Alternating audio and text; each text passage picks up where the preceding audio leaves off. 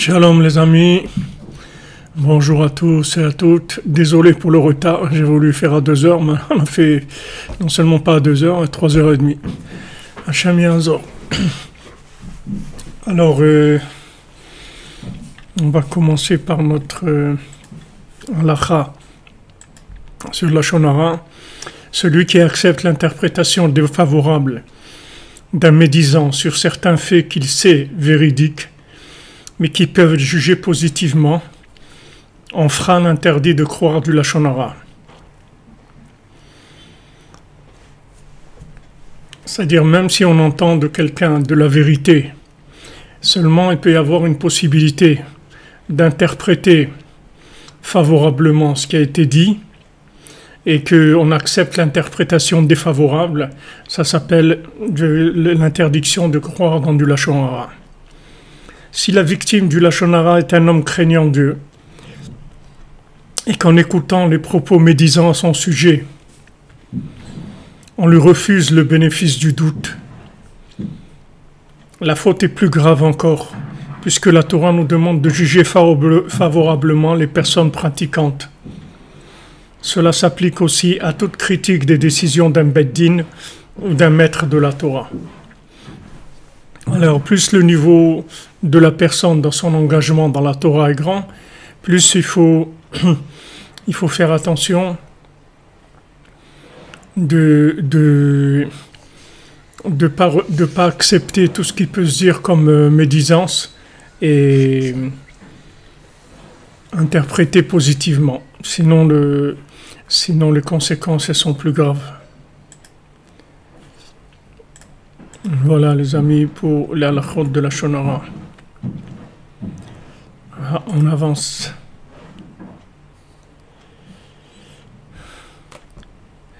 Ilou nishmat Chana et Simcha bat Fleha. Nazar Hashem. Ilou nishmat aussi une dame qui est décédée en France. Chaya Catherine bat Esther.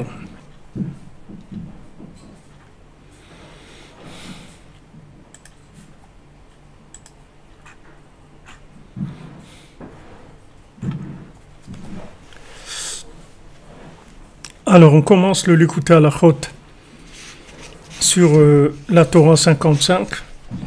C'est un Likutei Halachot sur Purim. Mais j'ai pas tellement vu la longueur.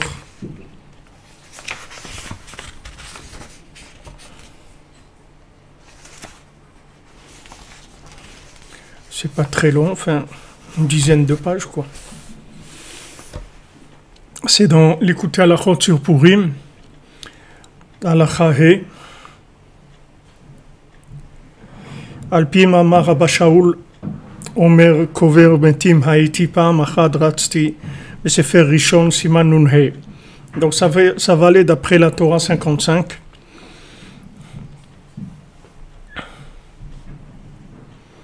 Ve'aklal ki lirot b'mapalatam shel reshaim. Le principe qui ressort de cet enseignement, c'est pour voir la tombée des mécréants, qui n'est plus le pouvoir. C'est par le principe d'Eretz Israël, comme il est écrit, Shev Limini, comme Hachem il a dit à Avraham Avinu, assieds-toi à ma droite. Yamin ou Prinat Eretz Israël, et Yamin c'est Eretz Israël, Beprinat Binyamin Ben Yamin. Shenolad Beret Israël. Alors Binyamin, le nom Benyamin, ça veut dire le fils de la droite. Et lui, il est né en Eretz Israël. Donc quand Hachem il a dit avant Avinu, Shev Limini, assieds-toi à ma droite, ça veut dire Eretz Israël. Ou l'amshir prinat gdushat Eretz Israël arshav bagalut. Maintenant, comment on peut faire attirer aujourd'hui la sainteté d'Eretz Israël alors qu'on se retrouve en exil? Et Prinat Av Gamzot,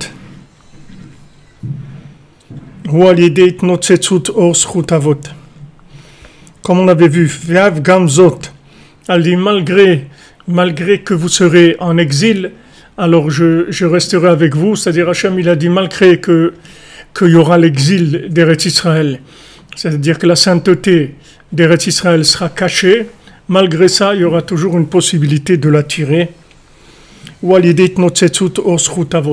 C'est par le fait qu'on va faire scintiller la lumière du mérite de nos ancêtres, des patriarches.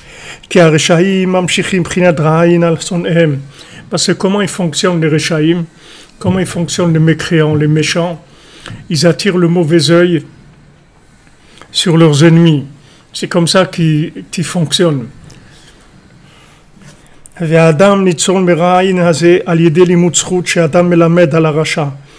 comment on se sauve de ce mauvais œil? En faisant justement un limud zchut, c'est-à-dire qu'on essaye de juger positivement le rachat, le mécréant. Et d'où on va trouver la force de faire ça? Parce que c'est dur. C'est dur, des gens qui veulent détruire le monde, qui veulent faire des choses terribles. Comment on va arriver à les juger positivement? C'est difficile. Qu'est-ce qu'il y a de positif là-dedans? C'est très difficile. En fait, ce qu'on va faire, c'est qu'on va se calquer sur Hachem. C'est-à-dire, on va essayer de prendre l'attitude que Hachem prend par rapport à eux.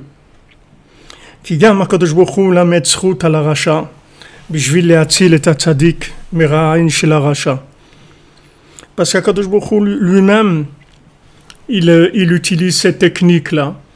C'est-à-dire que il juge positivement le rachat, le mécréant, mais dans un seul but, c'est de sauver le tzaddik du mauvais œil du rachat.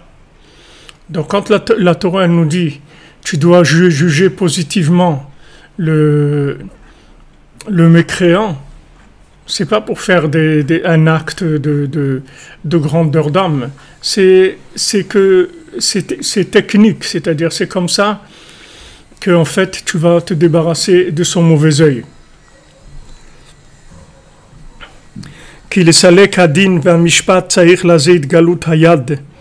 Parce que pour enlever le jugement qu'il y a sur le mécréant, il faut la révélation de la main d'Hachem,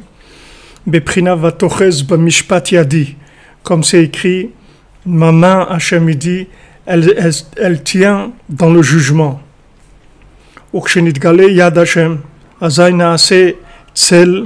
Maintenant, quand il y a la main d'Hachem qui se révèle, à ce moment-là, il y a une ombre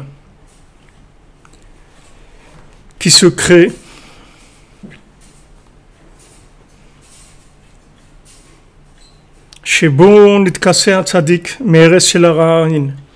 Dans lequel le tzaddik qui se cache du poison du mauvais œil. Comme c'est écrit, et dans l'ombre de ma main, je vais te cacher. Merci David Serrero pour l'aide cacheroute.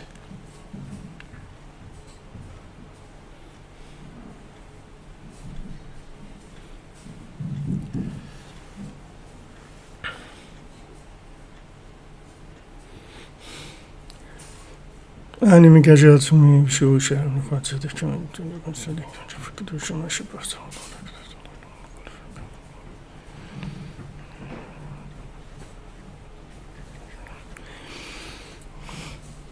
Alors, comme il est écrit dans l'ombre de ma main, je vais te cacher, je vais te protéger. וידזן יתחזק מאור עיניו של הצדיק ויחל לראות להשיא צדקתו של הקדוש ברוך הוא אף על פי שהרשע זוכה בדין. Et maintenant, le fait qu'il y a de l'ombre qui est faite avec la main d'Hachem, ça permet à la vue du tzaddik d'être plus précise et de voir plus loin. De voir plus loin, c'est-à-dire de pouvoir voir que, en fait, Hachem, quand il ne juge pas le méchant, le mécréant, c'est parce que il a quelque chose derrière ça. Il a un plan. C'est pas qu'il fait ça parce qu'il veut pas le juger Non, c'est que toute cette façon de faire, c'est parce que Hachem, il veut le juger. Seulement, il a une façon de voir les choses. Refoua shlema Aaron ben Rivka.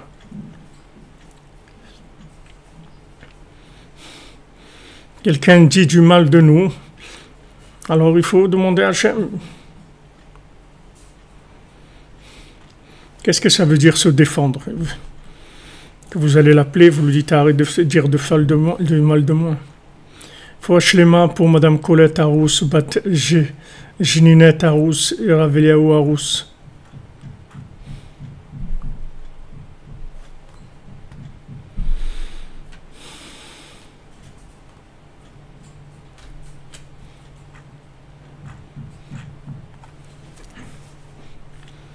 Ce que Rabbeinu nous donne, c'est des méthodes qui marchent, c'est pas des méthodes émotionnelles. Les méthodes émotionnelles, il y en a plein. Le problème, c'est que on ne sait pas comment ça marche. L'émotionnel, c'est l'émotionnel. Mais là, c'est de la technique. C'est la technique, comment se passent les choses en profondeur. Et quand vous réglez les choses dans la profondeur, alors après, tout se règle dans la vie de tous les jours. Alors maintenant, quand on raffine sa vue et qu'on comprend maintenant la grandeur d'Hachem, bien que maintenant le mécréant gagne dans le jugement, il a le dessus, Venit Pachet Libo Be'akmimiyut, et le tzaddik maintenant, il a son cœur qui se débarrasse de tout ce qui le froissait. Et maintenant, il se renforce dans la Emouna. Et il va commencer à prier. Parce que maintenant, son cœur, il s'est débarrassé de tout ce qui gênait dans la Emouna et qui empêchait donc la prière de fonctionner comme il le faut. Parce que si maintenant la Emouna, la foi dans Hachem est parfaite, alors la prière, elle est écoutée tout de suite. Tout ce qu'on demande à Hachem, il va l'appliquer tout de suite. C'est-à-dire tout va être écouté. La seule raison pourquoi la prière n'est pas écoutée, c'est que la Emouna qui est dans la prière, elle est faible. C'est pour ça que ça ne marche pas. Mais si la Emouna est comme il faut, qu'il y a une foi complète, alors n'importe quel mot de prière qu'on dit, il est accepté tout de suite. Kiikar atfila alede emuna, parce que Rabbeinu nous a dit la prière principalement vient de la emuna. Zeprinat paradouma, et c'est ce qu'on a vu, le principe de la vache rousse. Vezeprinat afar vaefer, et ça c'est le principe de la terre et de la cendre. Gam saich letaken bitfilato prinat shlosha kolot. Il faut aussi réparer 3 voies dans sa prière.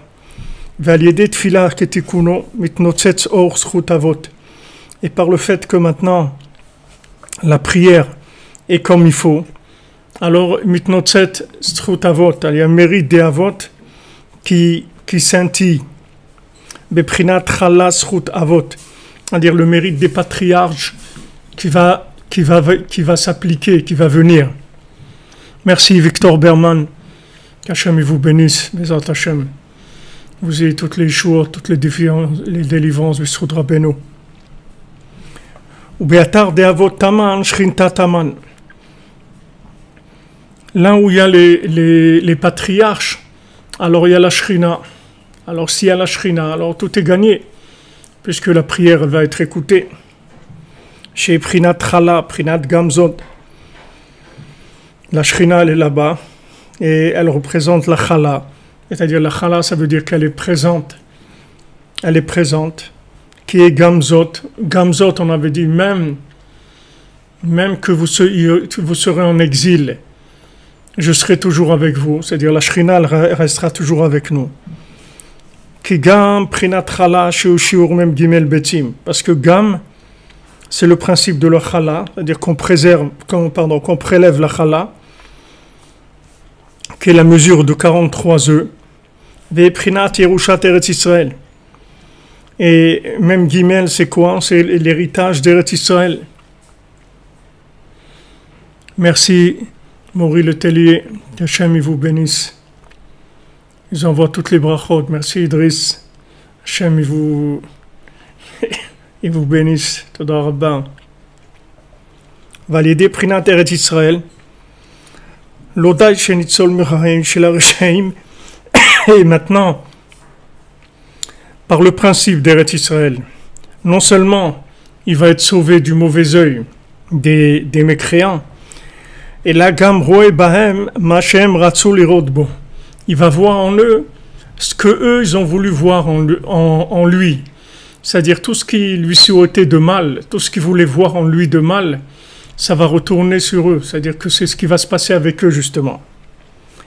Veda shelav kol adam yechol letaken kolot elu b'tfilato. Et sache que c'est pas tout le monde qui peut réparer ses voix dans la prière.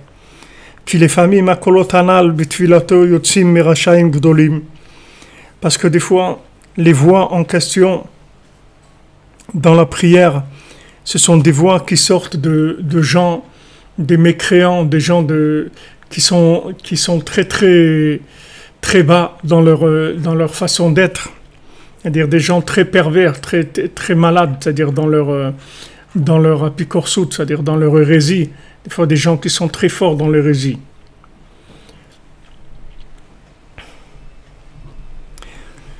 Comme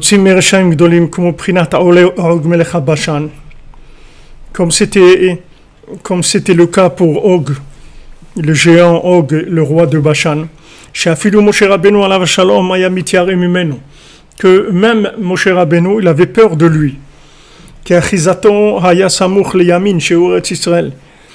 Parce que Bashan, c'est-à-dire c'est collé sur Eretz Israël, donc ça veut dire qu'il est très très proche d'Eretz Israël, donc ça lui donne plus de force. Parce que Og, il faisait partie des gens de la maison d'Avraham Avinu. Jusqu'à qu'Akadosh Baruch Hu, il a dit à Moshe, n'aie pas peur de lui.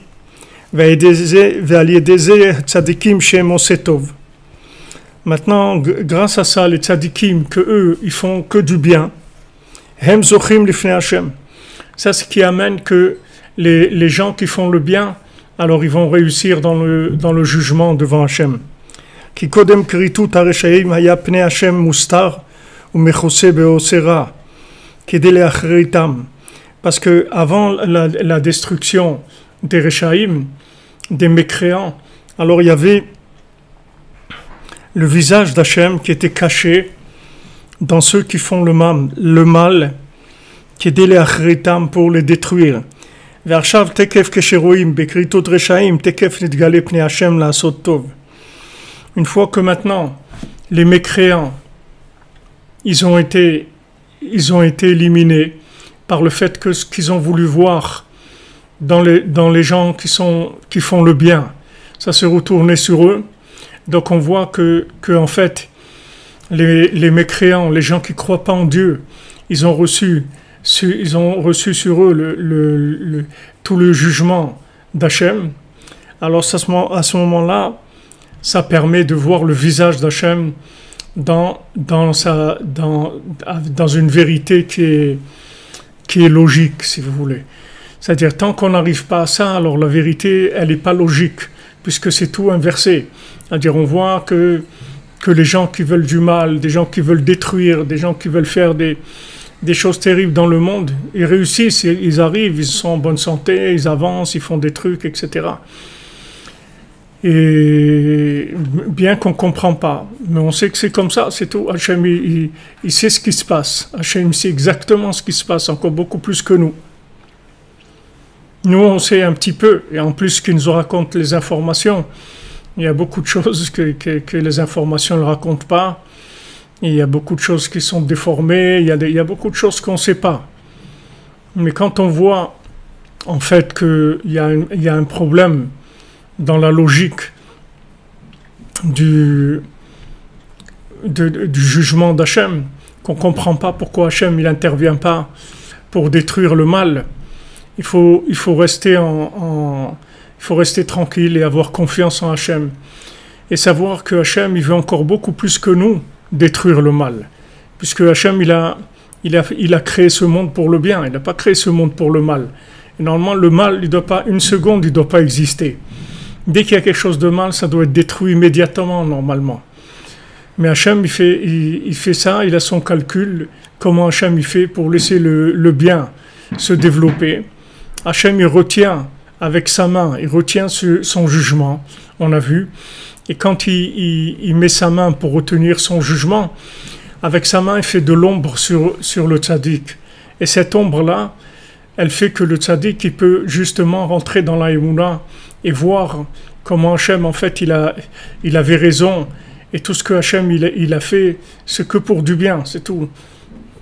Alors même dans les situations les plus critiques, comme le sacrifice d'Yitzhak, ou la vente de Yosef, ou le fait que Moshe Rabbeinu n'est pas rentré en Eretz Israël, ou le fait que David Amelech il n'a pas construit le temple. Il y a eu beaucoup de choses dans le monde qui n'ont pas pu se terminer comme il faut. C'est-à-dire elles n'ont pas eu la fin qui était prévue.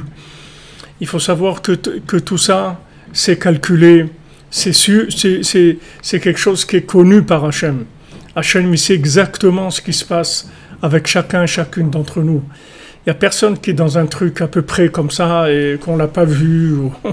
Chacun, chacune, dans le moindre des choses qui se passent dans sa vie, Hachem, il voit tout. Donc si maintenant on voit qu'on est attaqué par des choses qui ne sont pas logiques, qui ne sont pas droites, des gens qui sont méchants, mécréants, des voleurs, des menteurs, il faut se cacher derrière Hachem et dire voilà, si Hachem il les a pas jugés pour l'instant, c'est qu'Hachem il sait ce qu'il fait. Et moi je vais me cacher derrière la façon de voir d'Hachem. Et je lui fais confiance que le jugement il sortira au moment où il faut. Baba Cyril de Lyon, merci pour la paix entre toutes les religions et l'accueil du Messie. Merci au Breslev pour l'enseignement d'amour de Dieu. Merci Baba Cyril, Hachem te bénisse mon ami. Qu'on puisse danser tous ensemble, Béhémet. Tous ensemble, qu'on accueille le Mashiach, tous ensemble dans la joie. L'attitude à avoir, c'est ça. C'est-à-dire que si maintenant on voit que les mécréants, ils ont le dessus, ils gagnent et tout. Ça veut dire quoi? Que maintenant Hachem, il les a pas vus, qu'Hachem, il voit pas le mal qu'ils font. Hachem, il n'est pas au courant de ce qu'ils font. Hachem, il sait exactement ce qu'ils font. Ce que chacun il fait dans ce monde. Hachem, il le sait exactement.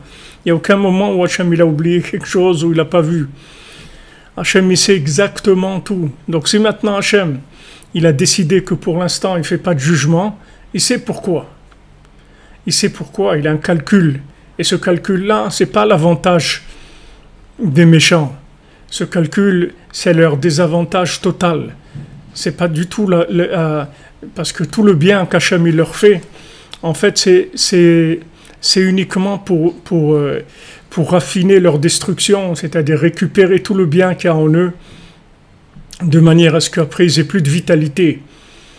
Donc Hachem il a sa façon de voir les choses. Et même si maintenant émotionnellement c'est dur, parce que des fois on se sent meurtri, on se sent trahi, il y a des choses qu'on passe dans ce monde qui sont terribles. Il faut se renforcer dans la Emouna et dire voilà, Hachem il fait comme ça, Hachem il sait pourquoi. Hachem il sait pourquoi, Hachem il sait exactement pourquoi il fait ça. Moi je me mets derrière lui, c'est tout. Moi je comprends pas. Mais je sais que Hachem il est au courant. Ça me suffit. Le fait que je sache que Hachem est au courant et que c'est lui qui décide pour l'instant de ne pas juger le méchant à mon avantage, à moi, ça me suffit, j'ai pas besoin de plus.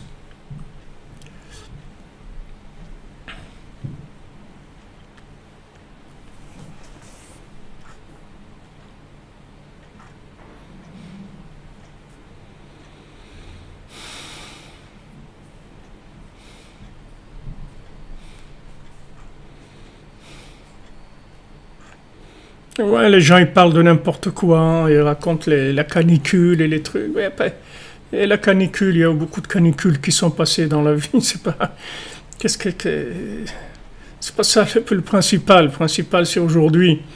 Qu'est-ce qu'on a fait pour Hachem aujourd'hui? C'est ça. Bon, Hachem, quand on a ouvert la cordonnerie, que la cordonnerie est ouverte le jour, la nuit. C'est bon, Hachem, Ashrenu. Voilà, notre ami Aurélien fait Hitbo des doutes. Notre ami Aurélien avec son Hitbo des doutes. Ashrenu.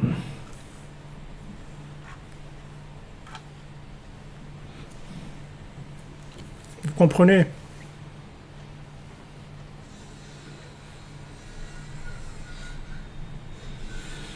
Merci, Colette Amazon. Merci. Mais qu'est-ce que vous voulez? C'est ça la cordonnerie, c'est qu'on est tous ensemble et tout ce qu'on vit tous ensemble.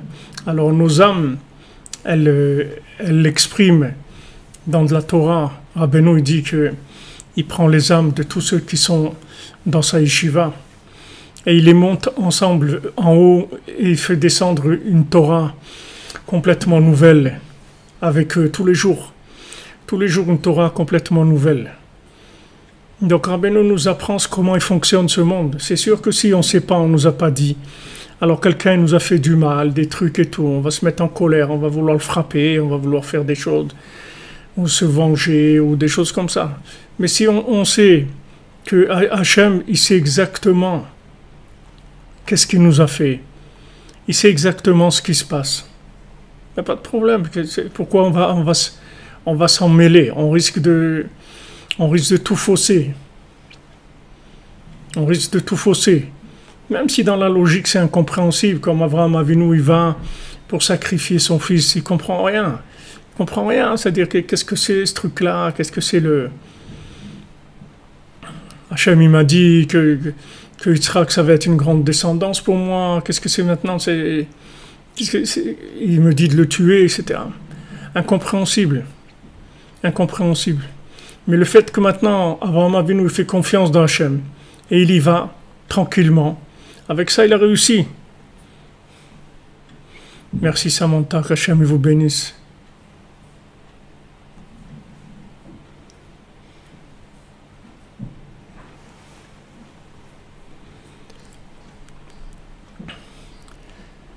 Vous comprenez? Alors voilà, Vezé Prinat Purim. Donc Rabbi Nathan, maintenant, il va nous parler de Purim, bien qu'on n'est pas tellement dans l'époque de Purim, mais enfin, c'est le tikkun de Purim, il est toute l'année, et surtout à Ouman, c'est Purim toute l'année. Le tikkun de Purim, il est vraiment toute l'année. Vezé Prinat Purim, ki Haman mezera Amalek, umeolam retzua mardut l'Israël. Parce que Haman, qui descend, qui est la descendance de Amalek,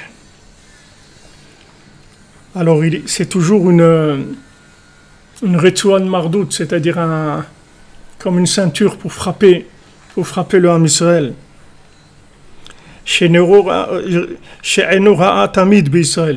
Il a toujours un mauvais œil sur Israël.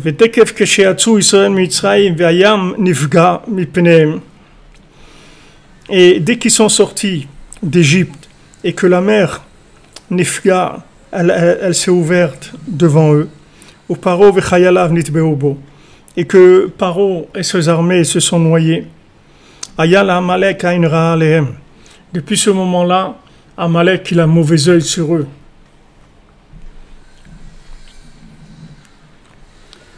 Gabriel Genassia, Hachem te bénisse, amen. Toi aussi, toute ta famille, que des bonnes choses.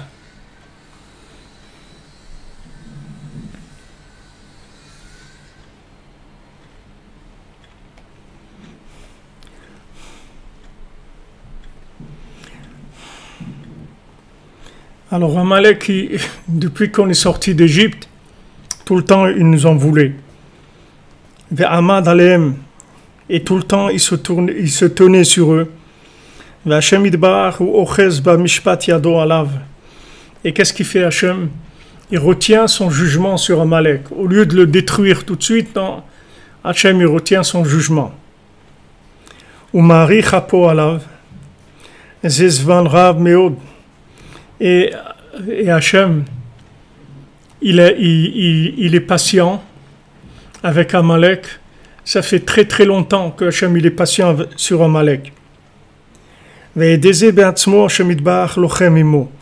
avec ça, justement, le fait qu'Hachem il ne le détruit pas, ça même, c'est sa façon de lutter contre lui. Beprinat, pardon. Beprinat kiyad al kesiya milchamat l'Hachem b'Amalek midordo. C'est-à-dire qu'il y a une guerre avec Amalek de génération en génération. Qu'elle est désirée be'atzmo chez Hachem itbarach melabed zchut al harasha. Par le fait même que Akadosh Baruch Hu, il juge positivement le rachat. Ve'ochez yado b'mishpat chez la rachat. Et qu'Hachem il retient son jugement, il ne le juge pas tout de suite. Alideze be'atzmo nitzol hatzadik. Ça même, ça sauve le tzaddik. Qui a aidé ou sauf mapalato chez la rachat. Parce que ça même, ça va entraîner la fin définitive du rachat. Comprenez, c'est pas le problème. C'est pas uniquement de se débarrasser des gens qui font du mal ou qui veulent du mal. C'est pas que ça le problème. Le problème, c'est que maintenant, si maintenant vous éliminez celui qui fait du mal, mais maintenant vous n'avez pas trouvé d'où il s'alimente dans le bien pour avoir cette force-là de faire le mal, alors vous n'avez rien réparé du tout. Vous avez juste reporté l'échéance, c'est tout. Maintenant, il s'appelle comme ça. Et après, il s'appelle différemment.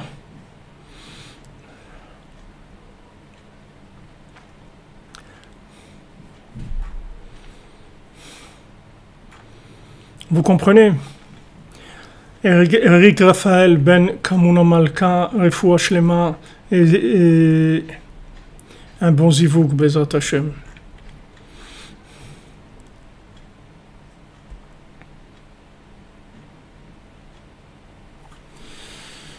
Vous comprenez, il y a deux façons d'éliminer le mal. Il y a éliminer le mal dans sa manifestation et il y a éliminer le mal dans sa racine, c'est-à-dire aller chercher le bien qui alimente le mal et récupérer ce bien-là. C'est ça la destruction véritable du mal. Comme on l'a expliqué plusieurs fois, c'est que le mal, en fait, il n'existe pas en tant qu'essence de mal. Le mal n'existe que par le bien qui n'a pas été canalisé, qui n'a pas été utilisé dans la création du monde, puisque maintenant, il n'y avait pas de vouloir, il n'y avait pas d'humains, il n'y avait pas de gens qui voulaient la création. Donc c'était le bien, il n'avait pas beaucoup de place dans le monde. Donc la moindre chose bien, elle débordait tout de suite. Et de ce débordement-là, les forces négatives, elles profitent de ce débordement-là. C'est-à-dire, tant qu'il y a de la lumière d'Hachem qui n'est pas canalisée, c'est ça qui donne la force au mal. Donc si maintenant, vous vous attaquez au mal, dans sa manifestation du mal, même si vous gagnez, voilà, vous avez gagné une bataille, d'accord? Ok, il vous a attaqué, vous l'avez répondu, wow, vous avez gagné, ok. Mais le problème, vous ne l'avez pas résolu du tout. Parce que le problème, ce n'est pas la manifestation du mal. La manifestation du mal, c'est que le côté extérieur. Mais le problème, c'est le bien qu'il y a là-dedans, qu'on n'a pas récupéré, qu'on n'a pas mis dans des récipients. Cette lumière-là, on ne l'a pas mis au service d'Hachem. C'est ça le véritable problème. Notre véritable problème, c'est celui-là. C'est pas le fait que maintenant le mal, il a la force de faire du mal. Donc quand vous savez ça, déjà ça change l'approche, vous voyez, de l'approche des éléments. Vous pensez pas que celui qui veut faire du mal, en fait, il est mauvais. C'est-à-dire, il n'y a pas cette notion-là de mauvais. La notion de mauvais, c'est parce que maintenant il utilise la lumière, mais sans récipient. C'est ça qui fait de lui que c'est mauvais. C'est l'interprétation qui est mauvaise. C'est pas la chose elle-même. Donc, quand vous vous habituez à penser que, en fait, derrière cette attitude négative, il y a des éléments positifs que je dois récupérer, et que si maintenant je me mets à répondre et à me battre, je vais perdre une occasion de récupérer le bien qui se trouve là-bas. Et si maintenant même j'ai gagné la bataille, mais j'ai pas gagné la guerre du tout. Alors que si maintenant je me mets derrière Hachem, et ce que j'ai, je le raconte à Hachem, c'est pas que je fais rien, je raconte à Hachem tout ce qu'on me fait. Je dis, regarde Hachem, regarde ce qu'il m'a fait, regarde ce qu'elle m'a fait, regarde ça, regarde ça. J'en parle à Hachem, du tout je parle à Hachem. C'est pas que je garde des trucs sur moi et que j'ai de l'amertume et des trucs. Non, j'ouvre mon cœur, j'en parle à Hachem. Je lui raconte, je dis, regarde, mon Dieu, regarde ce qu'ils me font, regarde ci, regarde ça. J'en parle avec Hachem. Seulement au niveau de l'action, je fais rien. Je fais rien. Je fais rien du tout, c'est tout. Juste, j'en tiens au courant Hachem. Et avec ça, qu'est-ce que je fais? En fait, je récupère tout le bien qui se trouve là-bas. C'est comme ça que Rabbi Nathan,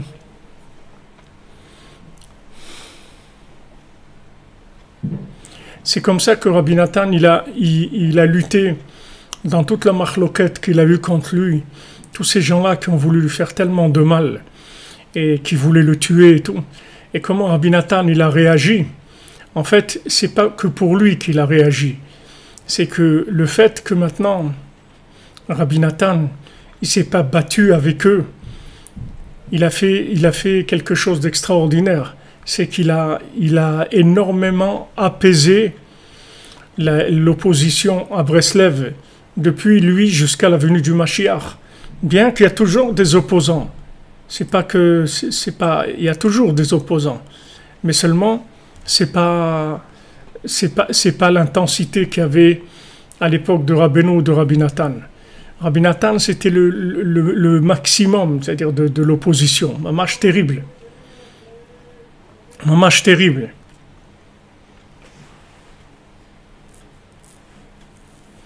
Alors, Rabbi Nathan, qu'est-ce qu'il a fait?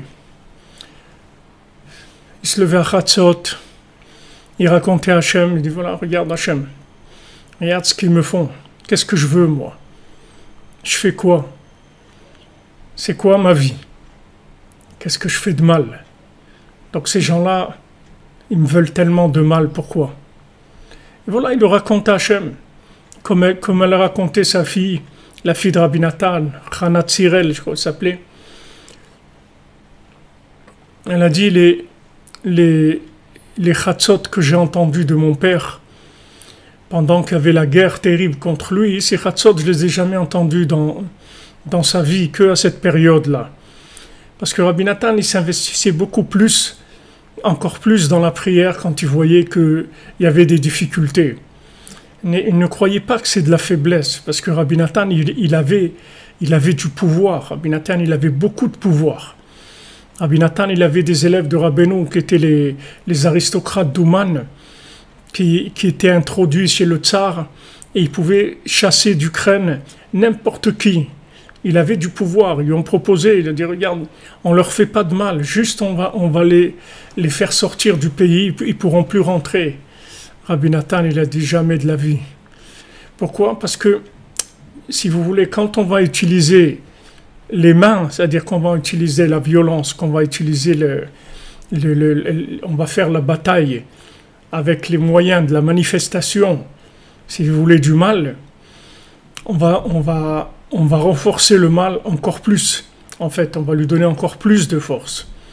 Alors que si maintenant on se bat dans la racine, c'est-à-dire on en parle à Hachem, on dit regarde ce qu'ils me font, regarde c'est terrible, etc.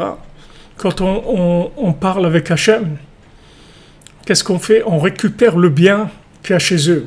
Et quand on récupère le bien qu'il y a chez eux, c'est terminé. Ils vont plus exister. Parce que eux, ils s'alimentent que du bien qu'ils ont chez eux, c'est tout. Du moment où vous avez laissé Hachem s'occuper du jugement, tout le bien qu'il y a chez eux, il va être récupéré. Et le mal n'existerait plus, c'est tout. Il sera complètement reconverti, c'est-à-dire il n'existera plus. C'est-à-dire ce qui sera mamash mal, les niveaux les plus bas, ça disparaîtra. Et les niveaux qui sont récupérables, ils sont récupérés. Mais si on attaque de face, si on attaque sur la manifestation des choses, si on attaque sur la logique et l'émotionnel, ça, même si on gagne, c'est juste partie remise, c'est tout. Ça va revenir. Ça, c'est pas, parce que le problème, il n'est pas réglé. C'est comme si quelqu'un il est malade et il prend de l'aspirine pour pas avoir mal. C'est pas parce qu'il sent plus qu'il a mal qu'il est guéri. Ok, il sent plus qu'il a mal, mais il n'a pas guéri du tout. Et c'est vrai, il sent plus le mal, mais il n'a pas guéri. Merci Violette Poème, qu'Hachem vous bénisse. Amen, amen, merci. Que vous protège à vous aussi, Bézant Hachem.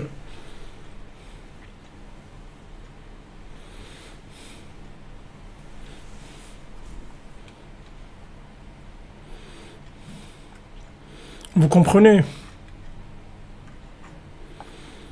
Laissez, voilà, comme vous dites, Madame Teboul, laissez Hachem diriger son monde. Il y a un jardinier qui s'occupe du jardin. Nous, on fait notre boulot, chacun dans sa petite truc. Et si maintenant il y a des choses qui nous attaquent, c'est parce qu'il y a beaucoup de bien en nous. Et ce bien, on en a tellement qu'on n'a pas eu le temps de l'utiliser. Alors, il y a des forces négatives qui arrivent, c'est tout. C'est comme la mafia, les trucs comme ça. Ils viennent, dès que quelqu'un il atteint une certaine richesse, alors ils viennent le voir. Parce qu'ils savent, voilà, quelqu'un qui a tant de millions d'euros. Alors ils viennent le voir, ils disent voilà, il faudrait investir chez nous, etc. Parce que ils vivent de ça. C'est-à-dire les forces négatives, elles vivent du bien qui n'a pas été utilisé. C'est comme ça qu'ils s'alimentent. Donc maintenant, si nous, on commence à faire la guerre, alors c'est encore pire. Regardez, Hachem lui-même, c'est comme ça qu'il se bat contre Amalek. Hachem lui-même, il peut le détruire en une seconde. C'est pas un problème. Hachem, il le fait pas. Chef, bijou, j'espère que Libyen, merci à vous, que Hachem vous bénisse, Bézat Hachem.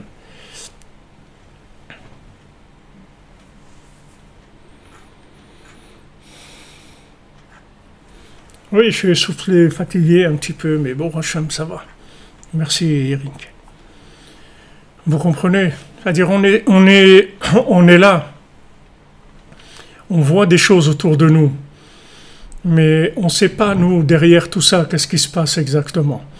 Et si maintenant Hachem lui-même, il fait la guerre à Amalek, comme c'est écrit, Midor, de génération en génération. Pourquoi de génération en génération? Liquide-le, termine-le tout de suite. Non, non.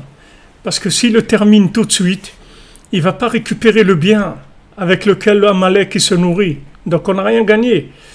Il va le détruire d'un côté.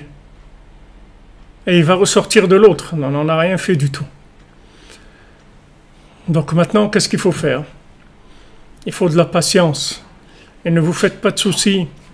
Hachem, il attend le jugement, de mettre en pratique le jugement, plus que tout le monde. Hachem, il veut juger le mal, plus que tout le monde. Seulement, il ne veut pas perdre le bien qui s'y trouve, et il ne veut pas donner plus de force au mal. Donc Hachem, il est patient avec Amalek, il est patient.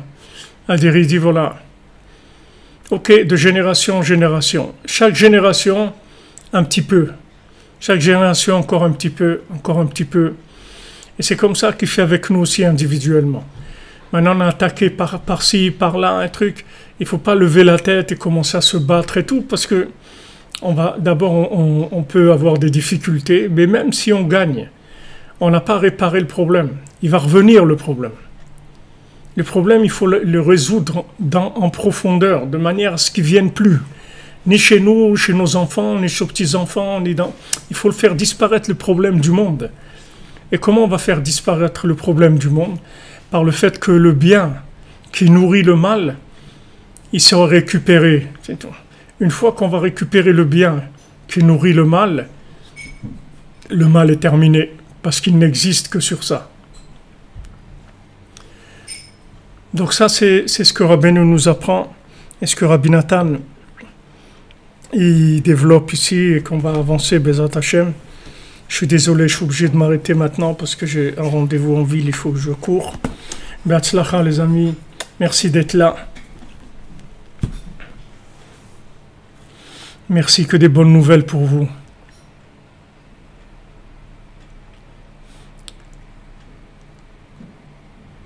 Oui, exactement. Malek, il utilise le bien qu'on n'a pas utilisé, c'est tout. C'est comme si vous avez une maison, vous ne l'utilisez pas, alors il va le squatter, il va squatter la maison, c'est tout. Mais il squatte, c'est tout, il n'a rien, lui. Amalek, il n'a pas de propriété. Merci les amis. Merci beaucoup.